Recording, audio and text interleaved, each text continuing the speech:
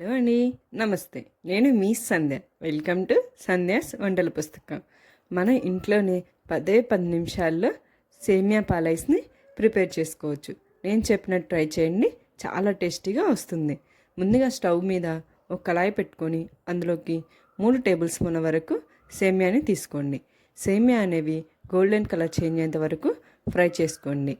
ఆ తర్వాత 2 కప్పుల వరకు పాలను తీసుకోండి. ఇలా పాలు పోసుకొని సేమ్యాని ఉడకనివ్వండి.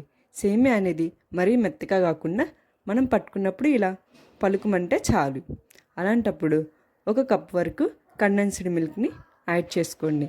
కండెన్స్డ్ మిల్క్ బదులు మనం పంచదారను కూడా యాడ్ చేసుకోవచ్చు. తర్వాత 1 టేబుల్ స్పూన్ వరకు వెనిలా ఎసెన్స్ని యాడ్ చేసుకోండి. వెనిలా ఎసెన్స్ కనుక లేకపోతే ఇలాచీ పౌడర్ని యాడ్ చేసుకోండి. ఇలా యాడ్ చేసుకొని ఒకసారి కలుపుకొని స్టవ్ ఆఫ్ చేసుకొని చల్లారనివ్వండి. ఇలా చల్లారిన దాన్ని మనకి ఎటువంటి ఐస్ క్రీమ్ మోల్డ్స్లోకైనా ఇలా తీసేసుకోండి. ఇలా మనం ఐస్ క్రీమ్ మోల్డ్స్లోకి తీసుకొని మూత పెట్టేసుకొని 7 నుంచి 8 గంటల వరకు రిఫ్రిజిరేటర్లో పెట్టాలి. ఇలా 8 అవర్స్ తర్వాత ఓపెన్ చేసి చూస్తే మనకి సేమియా పాలైస్ రెడీ. మీరు కూడా ఇంట్లోనే సింపుల్గా సేమియా పాలైస్ని తయారు చేసుకోవచ్చు. మీరు కూడా ఈ సేమియా పాలైస్ని ట్రై చేసి ఎలా ఉందో నాకు కామెంట్ చేయండి. అలాగే మీకు నచ్చినట్లయితే లైక్ చేయండి, షేర్ చేయండి.